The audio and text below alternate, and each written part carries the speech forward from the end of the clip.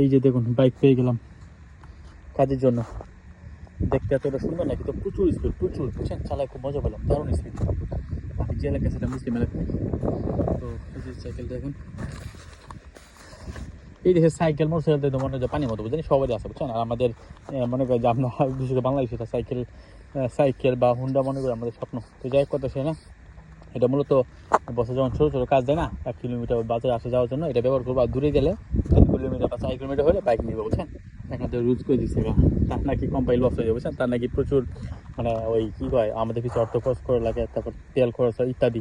এই জন্য এখন এটা কিনছে যে 1 কিলোমিটার অথবা 2 কিলোমিটার ভিতরে হলে এটা, হ্যাঁ, একদম মাস্ট। আর এর বেশি হলে বাইক নিয়ে যাবো, বুঝছেন। হ্যাঁ, আর দূরে গেলে তো গাড়ি আসেই। তো এই দেখুন মোটরসাইকেল কোম্পানি থেকে কিছু একটা পাওয়া, বুঝছেন, সেটা যে কোনো জিনিস হোক আনন্দের এবং ভালো লাগা কাজ করে, খুব আসলে অন্য একটা ফিলিংস।